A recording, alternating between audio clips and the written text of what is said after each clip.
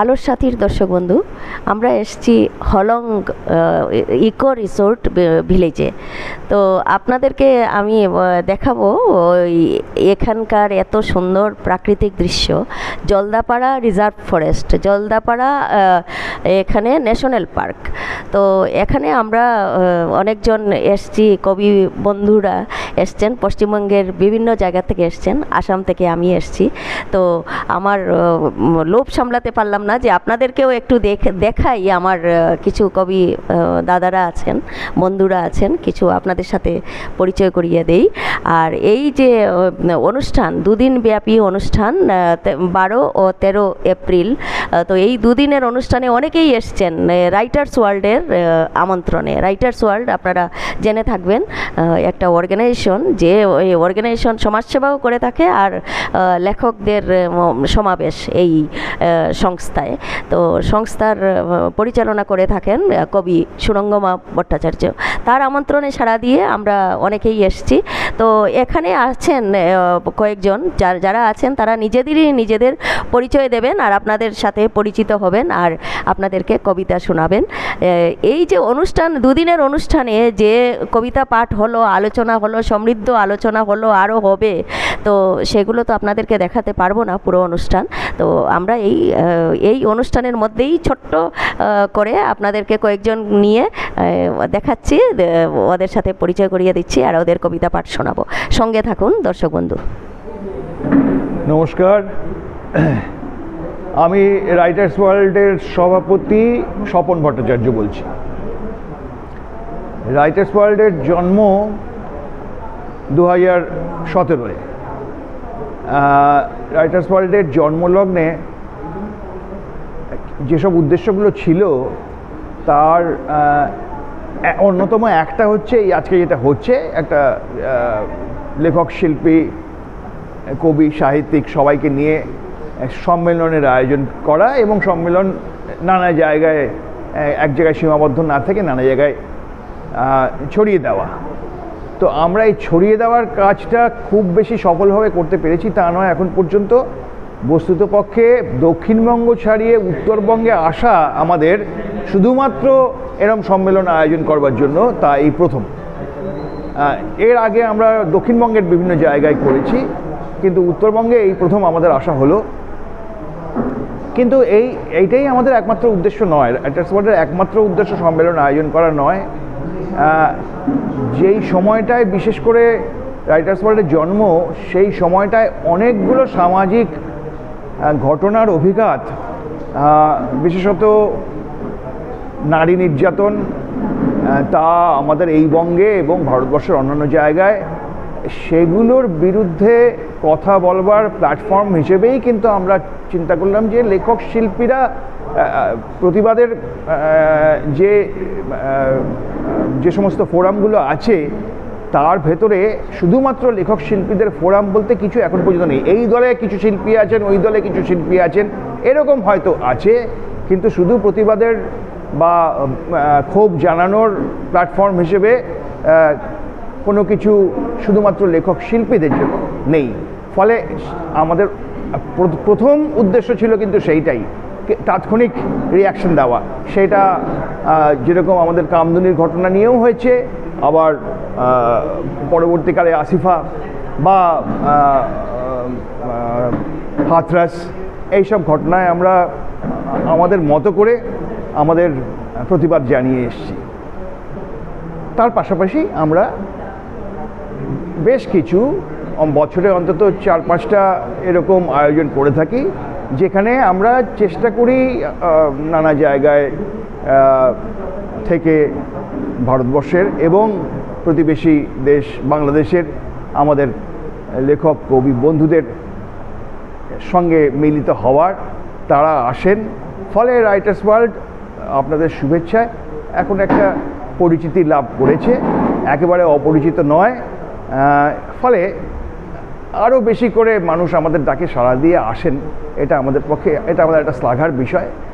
আমরা আমাদের আরও একটা বড় উদ্দেশ্য যেটা আমাদের ছিল, সেটা আমরা আংশিক পূর্ণ করতে পেরেছি, পুরোপুরি পারিনি। সেটা হচ্ছে আমরা দেখেছি যে বই নিজেদের সংকলন ছাপাতে গিয়ে রীতিমতো প্রতারণার শিকার হচ্ছেন।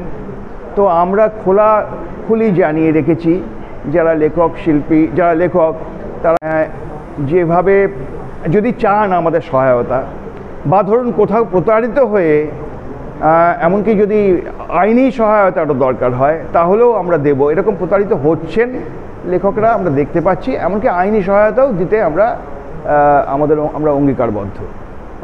ফলে আমরা চেষ্টা করছি যে রাইটার্স ওয়ার্ল্ডের প্ল্যাটফর্মেই আমার কিছু সংকলন আসুক। ইনফ্যাক্ট আমার যে বই অন্যতম একটি, আমার দ্বিতীয় কবিতার বই, সেটা রাইটার্স ওয়ার্ল্ডের প্ল্যাটফর্ম থেকেই প্রকাশিত হয়েছে। প্রকাশনী হিসেবে কলমচি নামে এটা শুরু হয়েছিল। তারপরে যেটা খুব বেশি এগোতে পেরেছে তা নয়, হয়তো এখন অবধি প্রকাশনার সঙ্গে থাকা লোকজনকে কবিরা খুব একটা বিশ্বাস করেন তা নয়। ফলে আমরা খুব বেশি প্রকাশনার দিকে খুব বেশি প্রকাশনার আবেদন পাইনি। তবে একাধিক বই আমাদের সহায়তায় আমাদের সদস্যরা, আমি যেরকম, আমাদের সম্পাদক সুরঙ্গম্মা, তাদের বই প্রকাশিত হয়েছে। তো সেটা একটা আমাদের অন্যতম প্রধান উদ্দেশ্য। যারা প্রতারিত হচ্ছেন বা প্রতারিত হওয়ার সম্ভাবনা আছে তারা চাইলে আমাদের কাছে আমরা সহায়তা করতে পারি প্রকাশনায়, এবং যদি মনে করেন যে প্রতারিত হয়েছেন আমাদের কাছে আসতে পারেন, আমরা যথাসাধ্য আইনি সহায়তা দেওয়ার চেষ্টা করতে পারি।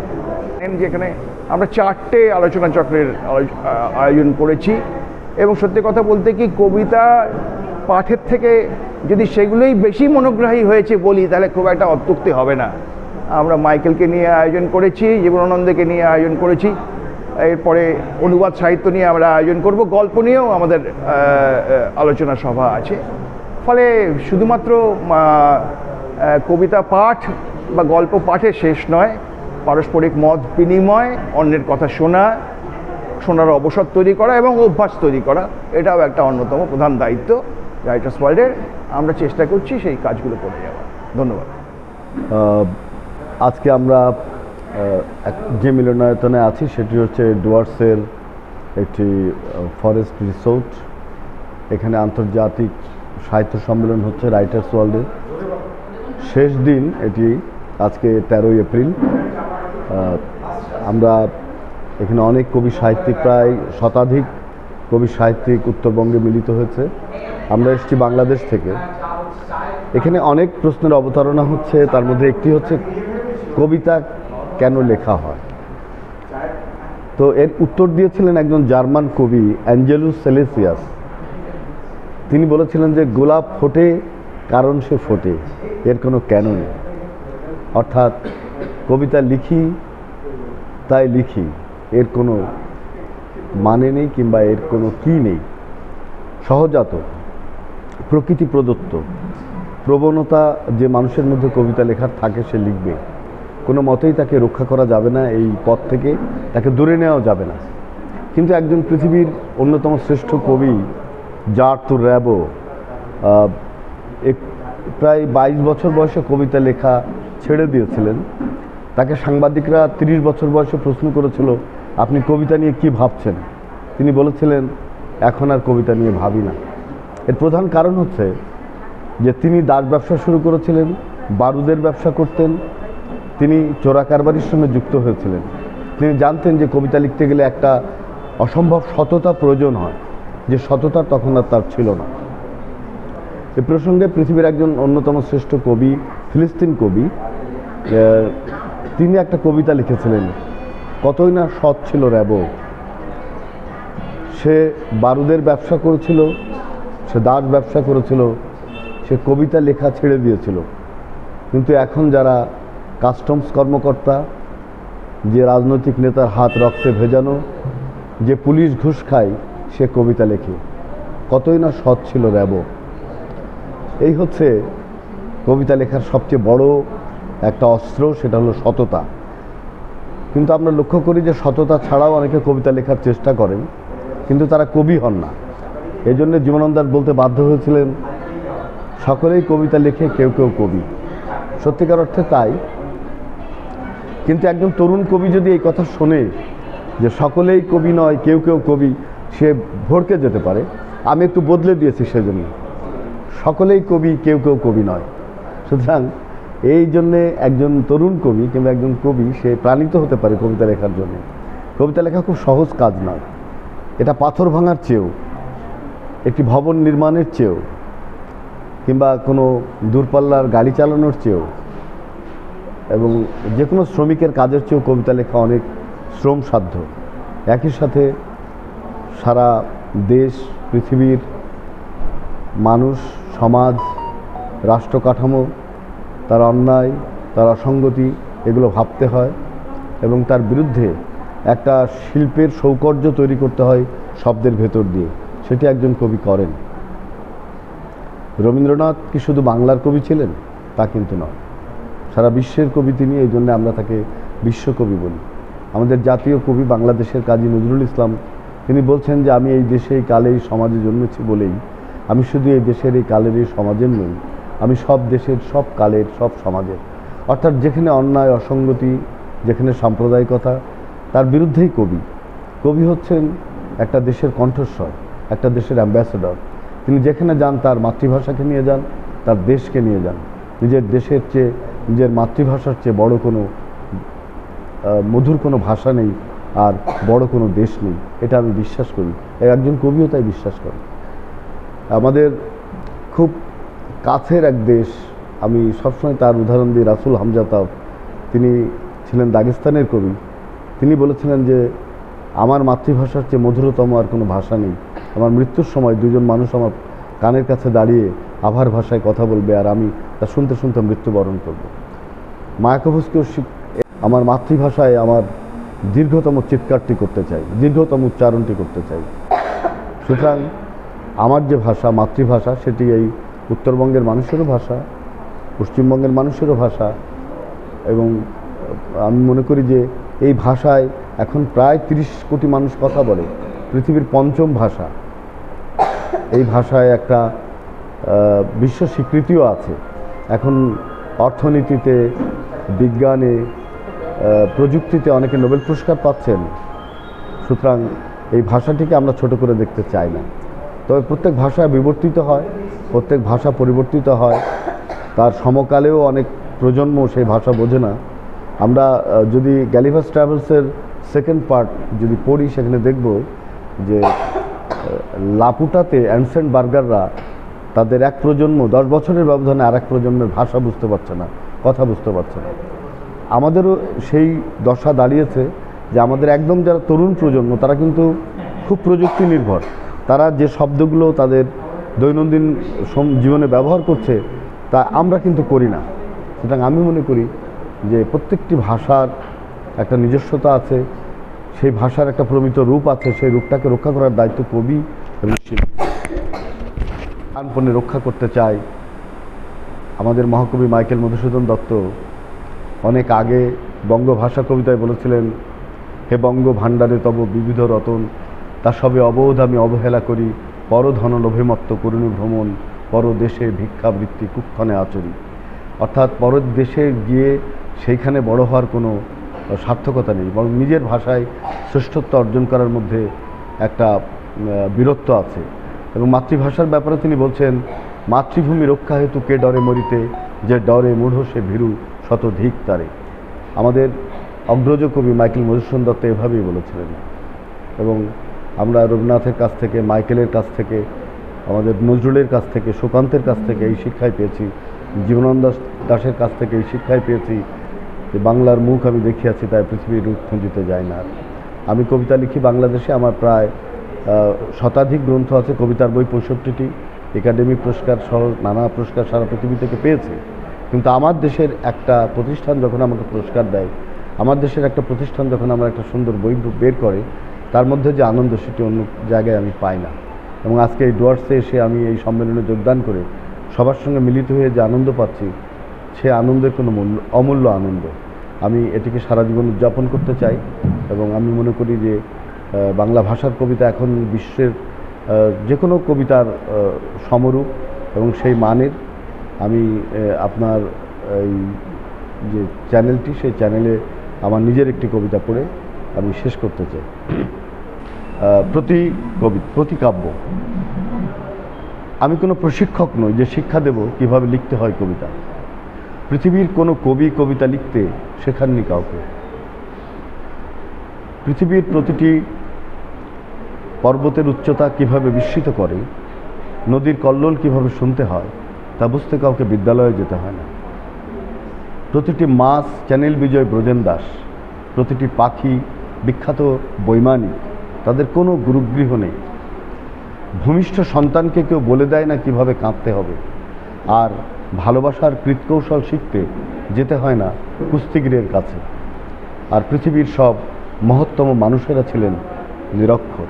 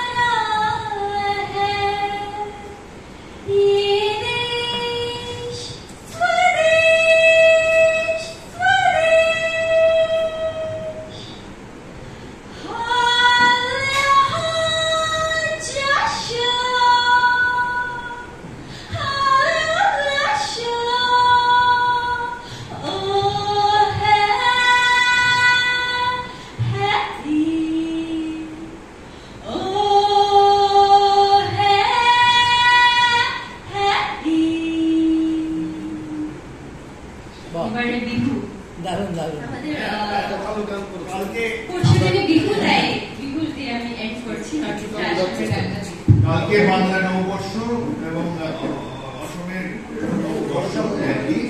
বিহুর গান, এটা কি কোন বিহু? রঙালী বিহু। রঙালী বিহু।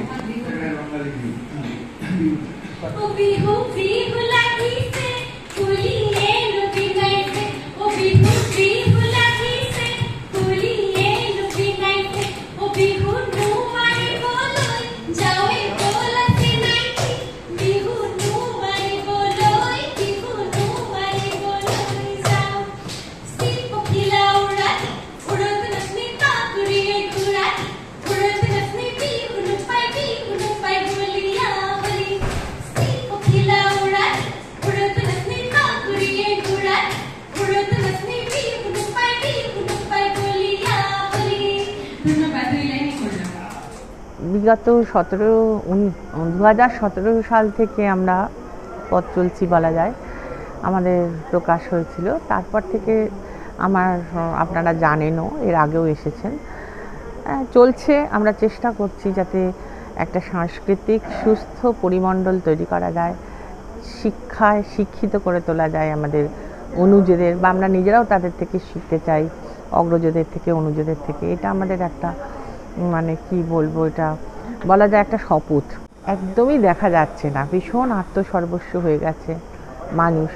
কিছু জানুক আর না জানুক, তারা নিজেদের পাণ্ডিত্য প্রমাণ করার জন্য ব্যস্ত। সেটা আরও হাস্যকর, কারণ এখন ক্ষমতাটা বলা যায়, আগে এক সময় বলা হতো যে মধ্য মেধার হাতে, আমার এখন মনে হয় প্রায় মেধাহীনদের হাতেই পৌঁছে গেছে। ফলে তো যা হওয়ার তাই হচ্ছে। তাই এর মধ্যে বাঁচতে গেলে আমাদের নিজেদের স্বশিক্ষায় শিক্ষিত করতেই হবে, কিছু করার নেই। আর আমাদের ভবিষ্যৎ পরিকল্পনা বলতে যেটা আমার মনে হয় যে এই যে রকম আমরা চলছি সেটাকেই যদি ধরে রাখা যায়, পরে ভবিষ্যতে ভাবা যাবে যে তার কী করে উত্তরণ ঘটানো যায়। আগে ধরে রাখার শপথ, ধরে রাখাটাই খুব জরুরি। ভীষণ অবনমনের সময় এখন, ফলে নিজেদেরকে একটা স্ট্যান্ডার্ড যেটাকে বলে সেই জায়গাটাতে আমরা ধরে রাখতে চাই। এছাড়া আমরা বই ছাপানোর ক্ষেত্রে আমরা যেহেতু লেখক, শিল্পী, সাহিত্যিকরা, কবিরা আমাদের সাথে রয়েছে, তাদের একটা বড় অংশ এই মুনাফা খোরদের হাতে চলে যাচ্ছে। এই পাবলিশিংয়ের নাম করে এখানে যা চলছে সেটাকে একদম মুনাফাবাজদের একটা অত্যাচার বলা যায়, কালোবাজারি বলা যায়, আরও যা যা বিশেষণে ভূষিত করা যায় তাই বলা যায়। এখন সেই জায়গাটায় সুস্থতা ফেরোতে গেলে আমরা দেখলাম যে ব্যবসা করাটা অন্যায় নয়, কারণ ওটা রুটি রুজির একটা মাধ্যম, কিন্তু ব্যবসার নামে যদি অত্যাচার হয়ে যায় সেই জায়গাটাকে থামাতে হবে। তাই আমরা যে খরচটা আমাদের লাগে সেই খরচটুকুর সাথে সার্ভিস চার্জ নিয়ে একটা মানে ঠিকঠাক অর্থনৈতিক মূল্য যাতে আমাদের বইগুলিতে আমরা আমাদের ছেলে মেয়েদের দিতে পারি পরিষেবা, সেইটা আমরা করছি, চেষ্টা করছি, হচ্ছেও কিছু কিছু। তবে সব থেকে যেটা জরুরি, যে আগেই বলেছি, আর লেগে পড়ে থাকাটা একটা জরুরি। আমাদের সঙ্গে যারা আছেন প্রত্যেকেই আস্তে আস্তে প্রত্যেকেরই বয়স হচ্ছে, ফলে আমাদের অনেক নতুন ছেলেমেয়েদের তুলে আনতে হবে যারা আমাদের ভবিষ্যতে এই কাজটাকে সামনে এগিয়ে নিয়ে যেতে পারবে সমমনস্কতায়। এইটা আমার কাছে মনে হয় একটা বড় লড়াই এখনকার দিনে দাঁড়িয়ে, এইটুকুই। আর এছাড়া ধরুন এখানে কেন করলাম, হ্যাঁ আমরা একটা পরিবেশকে প্রাধান্য দিয়েছি। সবসময় 2-4টে অডিটোরিয়ামের মধ্যে গিয়ে কবিতা পাঠ করলাম, সাহিত্য চর্চা করলাম, তাতে কি হয়, আমরা আমাদের কবিতাটুকু বলে চলে আসার জন্য ব্যস্ত হয়ে যাই। আমাদের যে সেই বন্ধুত্বমূলক পরিবেশ পরিস্থিতিটা সেটা থাকে না সব সময়। ওই জন্যে আমরা একটু বাইরে গিয়ে এবারে দেখলাম করে যে এরকম একটা প্রাকৃতিক পরিবেশের মধ্যে করে এসে দাঁড়ালে আমাদের কীরকম লাগতে পারে, পারস্পরিক সমঝোতাটা কীরকম আসে, সৌভ্রাতৃত্ব বোধটা আর কতটা মানে আমরা সেই জাগাতে পারি, এটাও আমাদের একটা বলা যায় শপথ। আর এখানে যারা আমাদের খুব মানে সহায়তা করলেন তাদেরও এই মনস্কতা রয়েছে, তার জন্যে তারা একদম মিনিমাম খরচে আমাদেরকে এখানে এত বড় একটা কর্মকাণ্ড করতে সহায়তা করেছে। আমি অবশ্যই বিশ্বনাথ ভট্টাচার্যের নাম বলবো, ইকো ট্যুরিস্ট ভিলেজের উনি ওনার। এছাড়া অরূপ দাস বলে এই যে সিলভানিয়া এই রিসর্টটি আছে তার সহায়তার কথাও আমরা বলবো। এরা দুজনে মিলে এগিয়ে না এলে আমরা এতটা কিছু করতে পারতাম না। জানি না কতটা কি হয়েছে। এবারে একটা রোজগারের গাইছি। গঙ্গা সিন্ধু নর্মদা কাবেরী যমুনা বহিয়া চলেছে আগের মতন কইরে আগের মানুষ কই। গঙ্গা সিন্ধু নর্মদা মুনি সাধু হিমালয় তেমনি অতল মহিমাময়। মুনি সাধু হিমালয় তেমনি অতল মহিমাময়। নাহি তার সাথে শ্রীধরি ঋষি আমরাও আর সে জাতি নয়। আছে আকাশে ইন্দ্রনায় কৈলাসে সে যোগীন্দ্রনায়। অন্নদা শুদ্ধ ভিক্ষা চায় কি কহিব এরে কপাল বই। কইরে আগের মানুষ কই।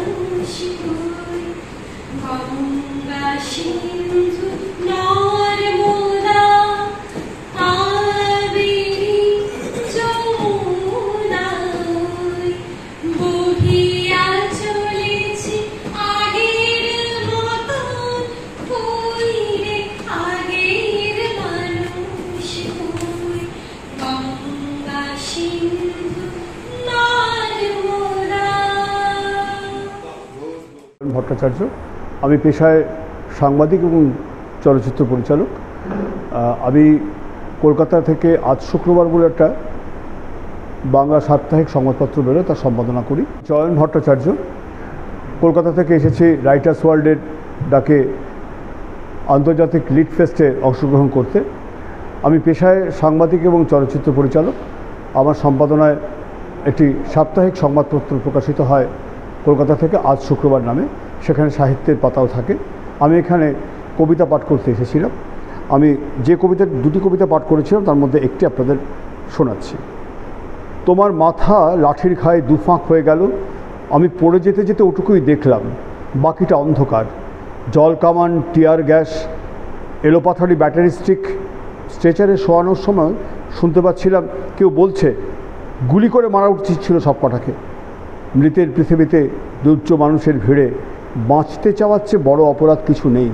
মধুলিনা, বুলেট, গরাদ এবং স্বাধীনতার দূরত্ব আরও বাড়ছে। তবুও সান্ত্বনার মতো মনে পড়ল, রক্ত ঝরলেও তোমার মস্তিষ্কের কোনো অংশ বেরিয়ে যেতে দেখিনি। করেছেন সে প্রশ্নটি অবশ্যই অনেকের মনেই থেকে যায়, যার ফলে অনেকে যারা কবিতা লেখার চেষ্টা করেন তারা কতগুলো শব্দ সাজিয়ে নিজের মতো করে সাজিয়ে নিজের কথাগুলোই লিখে ফেললেন। সেটা সবসময় যে সেটা কবিতা হিসেবে সবসময় গ্রাহ্য নাও হতে পারে। কবিতা বলতে যেটা বোঝায় সেটা হচ্ছে শব্দ প্রয়োগের ছান্দসিক এবং ভাবার্থ প্রয়োগের মাধ্যমে কবির মনের ভাব প্রকাশ। একটা নির্দিষ্ট ছন্দ থাকতেই হবে, সে ছন্দটি ব্যঞ্জনা প্রধান হওয়াটা জরুরি। আপনি যেটা লিখছেন বা যা বোঝাতে চেষ্টা করছেন তার ভাব মানুষের মধ্যে যেন একটা বোধের সঞ্চার করে, একটা চেতনার সঞ্চার করে। কবির উদ্দেশ্য সেটা, কবিতার উদ্দেশ্য সেটা। যেমন পূর্ণিমার চাঁদ যেন ঝলসানো রুটি, বাস্তবে আমাদের চোখের সামনে যেটা দেখা যায় পূর্ণিমার চাঁদের সঙ্গে দূরতম সম্পর্ক রুটির নেই, কিন্তু একজন ক্ষুধার্থের কাছে কবির দৃষ্টিতে ওই পূর্ণিমার চাঁদটাকেই রুটির মতো মনে হয়। রুটির আকার এবং পূর্ণিমার চাঁদের আকার একই রকম বলে তার কাছে এটা মনে হয় কবির দৃষ্টিতে। এখন গরিব ক্ষুধার্তের দৃষ্টিতে সেটা কতটা সে মুহূর্তে সঠিক, সবসময় সঠিক নাও হতে পারে, কিন্তু কবির মনে হওয়াটা সেখানে কাব্যবোধের একটা বিশেষ দোতনা আমাদের কাছে এসে পৌঁছয়। এ কারণেই এই ধরনের বাক্যবন্ধ, শব্দবন্ধ আমাদের কাছে কবিতা বলে সংজ্ঞায়িত হয়। এটুকুই। আমি মাহমুদ হাফিজ, বাংলাদেশ থেকে এসেছি। আমি ঢাকাতে থাকি, বাংলাদেশে। আমি ভ্রমণ গদ্য নামে একটি লিটল ম্যাগাজিন করি, যেটি ভ্রমণের নতুন একটি জনরা বা নতুন একটি ঘরানা তৈরি করার জন্য আমরা কাজ করে যাচ্ছি। আর রাইটার্স ওয়ার্ল্ড আন্তর্জাতিক যে লিড ফেস্ট হচ্ছে ডুয়ার্সে, এটাতে যোগদান করেছি, কারণ রাইটার্স ওয়ার্ল্ডের সঙ্গে আমি অনেক আগে থেকে যুক্ত এবং এদের যেখানে যেখানে প্রোগ্রাম এবং সাহিত্য উৎসব হয়েছে সেখানে অংশ নিয়েছে। গত বছরে ছিলাম ঢাকাতে, গত বছরে ছিলাম কলকাতাতে যখন হয় এই। আর এখানে যে বিষয়টি আলোচনা হচ্ছিল যে কবিতার সংজ্ঞা, আমি মনে করি কবিতার কোনো সংজ্ঞা নেই। সংজ্ঞা নেই বলেই সেটা কবিতা, কারণ কবিতা যে কোনোভাবে সংজ্ঞায়িত করলেই সেটা একটু সংক্ষিপ্ত হয়ে যায়।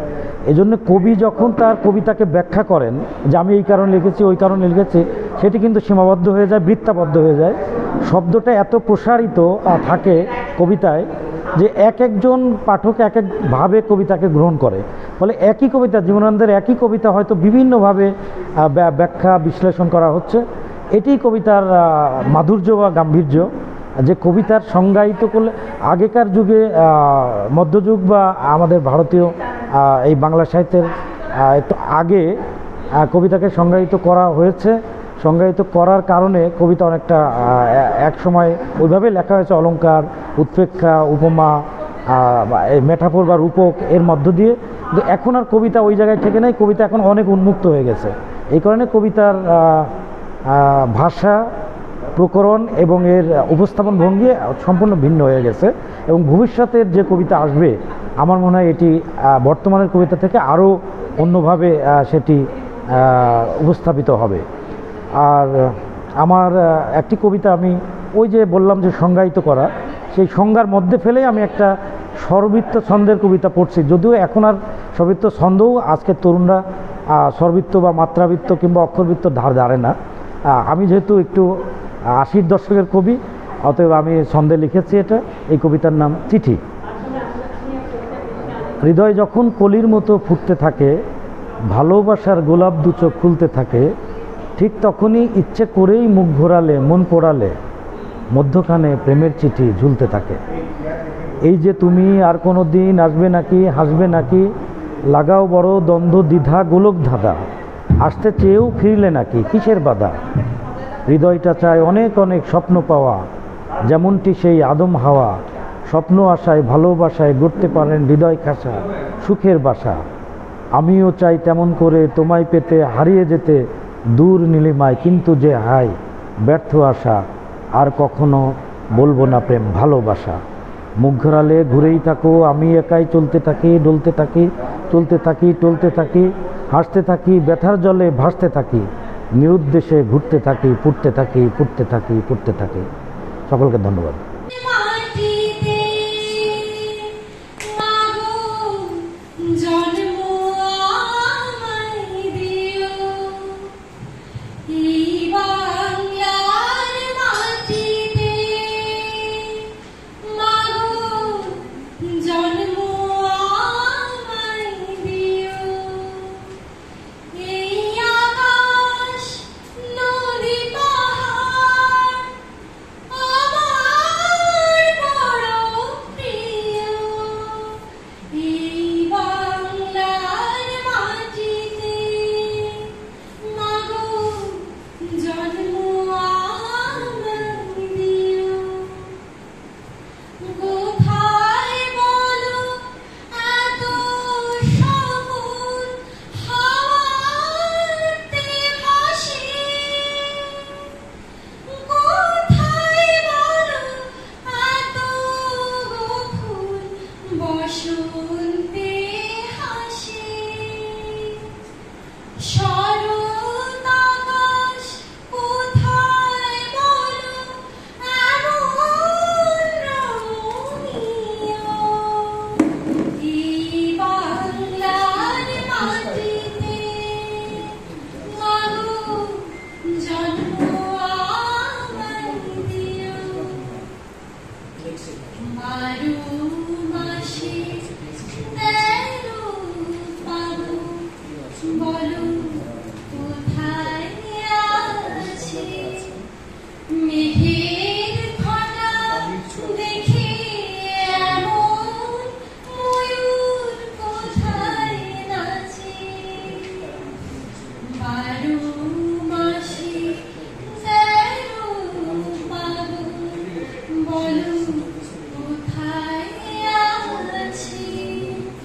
মেঘের ঘটা দেখে এমন ময়ূর কোথায় নাচে। কোথায় বলো এত মায়া ধারের খেতে দোলে, কোথায় বলো হাসে শিশু সুখে মায়ের কোলে। কোথায় বলো পল্লী বধূ এমন কমনীয়, এই বাংলার মাটিতে মাগো জন্ম আমায় দিও।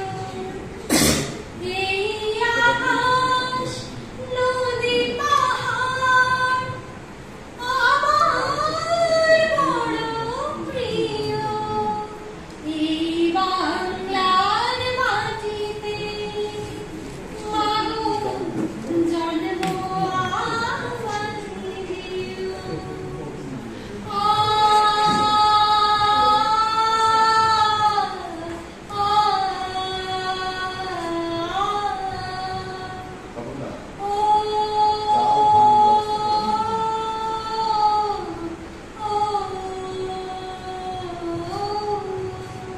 ধন্যবাদ। আমার নাম সুদীপ সোম, আমি পেশায় চিকিৎসক, শিশু মনোরোগ বিশেষজ্ঞ। আমি এখানে এসেছি রাইটার্স ওয়ার্ল্ড আন্তর্জাতিক লিড ফেস্টিভ্যালে। আমার সাথী সুপ্তশ্রী সোম, উনি একজন কবি, আমি তার সাথে সাথী হয়ে এসেছি। আমার এখানে এসে যে অভিজ্ঞতা হলো, কবিতা নিয়ে আমার খুব বেশি অভিজ্ঞতা বা সেরকম কিছু ছিল না, কিন্তু এখানে এসে আমি অনেক সমৃদ্ধ হয়েছি। কবিতা সম্পর্কে আমার অনেক ধারণা স্পষ্ট হয়েছে।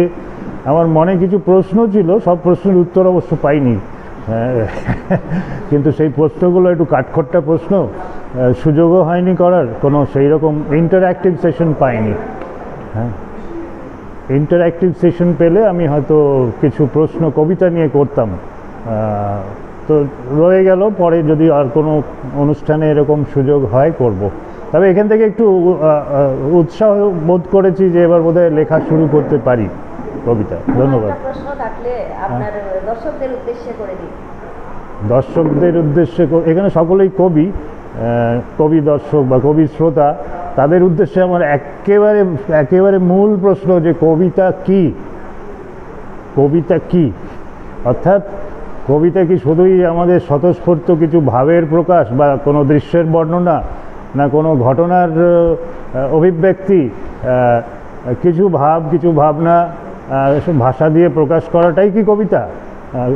একটা গানের যেমন স্বরলিপি থাকে, কবিতার তো কোনো স্বরলিপি নেই, কোনো সংজ্ঞা নেই, কোনো সংজ্ঞা নেই, গ্রামার নেই, কোনো সরগম নেই, তাহলে আমি কোনটাকে কবিতা বলবো আর কোনটাকে কবিতা বলবো না?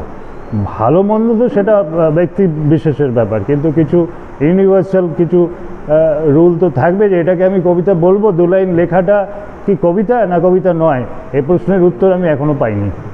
কেউ যদি আমাকে সেটা বলতে পারেন আমি খুবই সমৃদ্ধ হব, তাহলে আমি সেইভাবে আমি কবিতা লিখব। তবে এটাও ঠিক যে কবিতার মধ্যে যদি স্বতঃস্ফূর্ততা না থাকে, যদি গ্রামার মেনে কবিতা লিখতে হয়, তাহলে বোধহয় সেটা আর কবিতা থাকে না, সেটা গদ্য হয়ে যায় বা সেটা অন্য কিছু হয়ে যায়। তো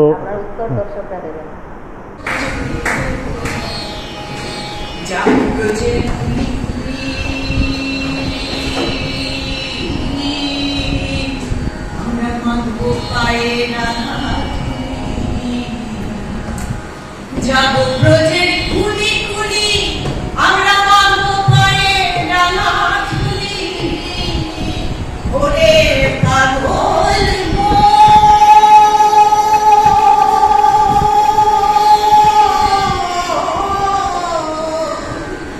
যাব ব্রজের কুলি কুলি, আমরা মানব পায়ে ডানা ঝুলি, ওরে নয়নেতে নয়ন দিয়ে রাখবো ধারে, ওরে নয়নেতে নয়ন দিয়ে রাখবো ধারে, চলে গেলে যেতে দেবো না, না না যেতে দেবো না, তোমায় ঠিক মাঝারে রাখবো, ছেড়ে দেবো না, তোমায় মাঝে রাখবো, ছেড়ে দেবো না।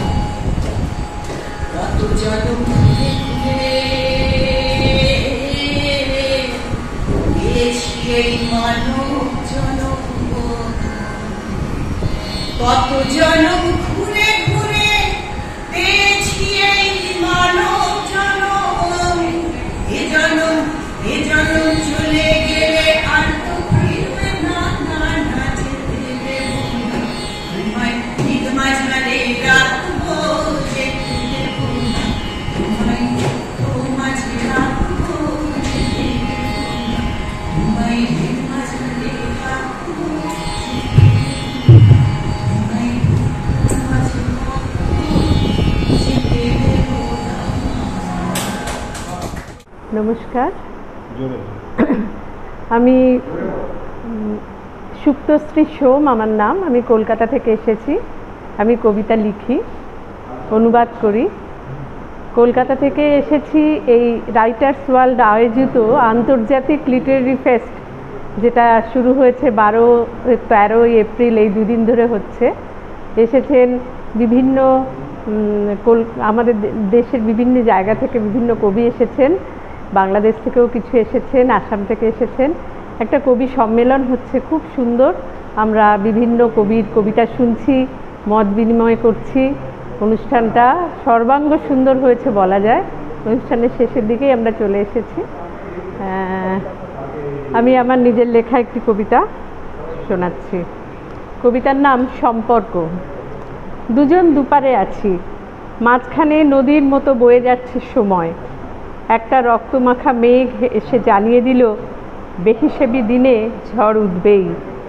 ঘর পোড়া গরু আকাশের লাল রং দেখে ফিরতে চাইল সেই পুরাতন বালুচরে, যেখানে চোরা বালির উপর সাজানো মরুদ্যান, যেখানে রোজ আলো বেরোয় অন্ধকারকে খুঁজতে। নদী বয়ে যেতে যেতে আড়মোড়া ভাঙে, জ্যোৎস্নার গ্রাস খেতে খেতে বুকে আঁকে সেতুর সংলাপ। দুই পার থেকে ভেসে আসে পায়ের শব্দ, সেতু জানে কিভাবে যুক্তে হয় সম্পর্ক। আমার নাম দুর্গাদাস মিদ্যা। আমি এসেছি কলকাতা থেকে। আরাত্রিক বলে একটি পত্রিকার সম্পাদনা করি। দীর্ঘ 28 বছর ধরে পত্রিকাটি আমি সম্পাদনা করে চলেছি। আমরা এখানে এসেছি রাইটার্স ওয়ার্ল্ড আন্তর্জাতিক লিড মিটে হলংয়ে ডুয়ার্সে, এবং আমরা অনেকেই এসেছি। অনেক কবি এসছেন এখানে, কবিতা আলোচনা হয়েছে, কবিতা পড়া হয়েছে, এই সমস্ত ব্যাপার এখানে হয়েছে। আমরা খুব আনন্দের সঙ্গে এই ব্যাপারটাকে এনজয় করছি।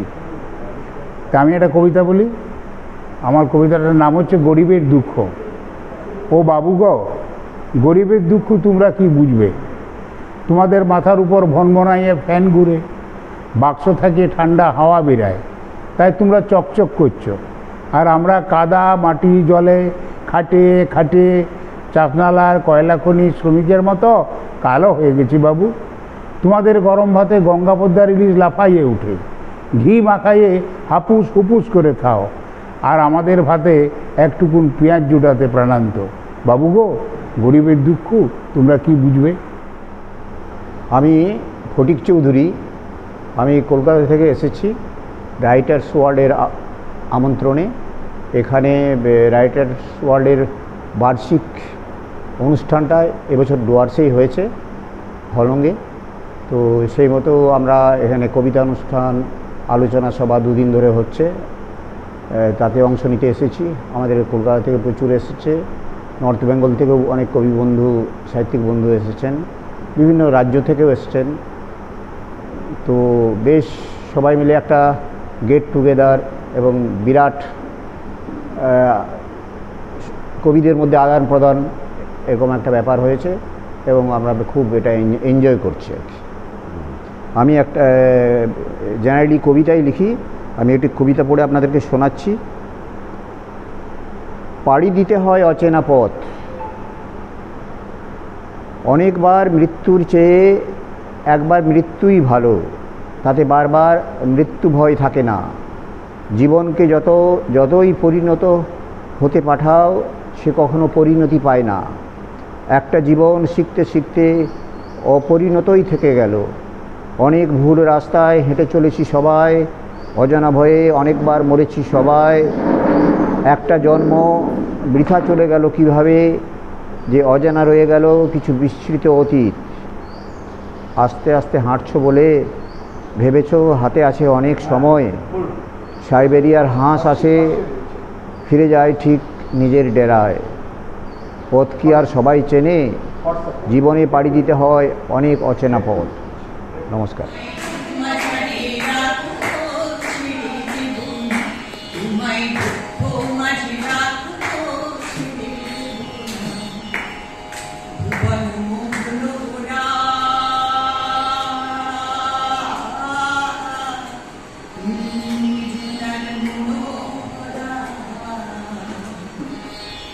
One more.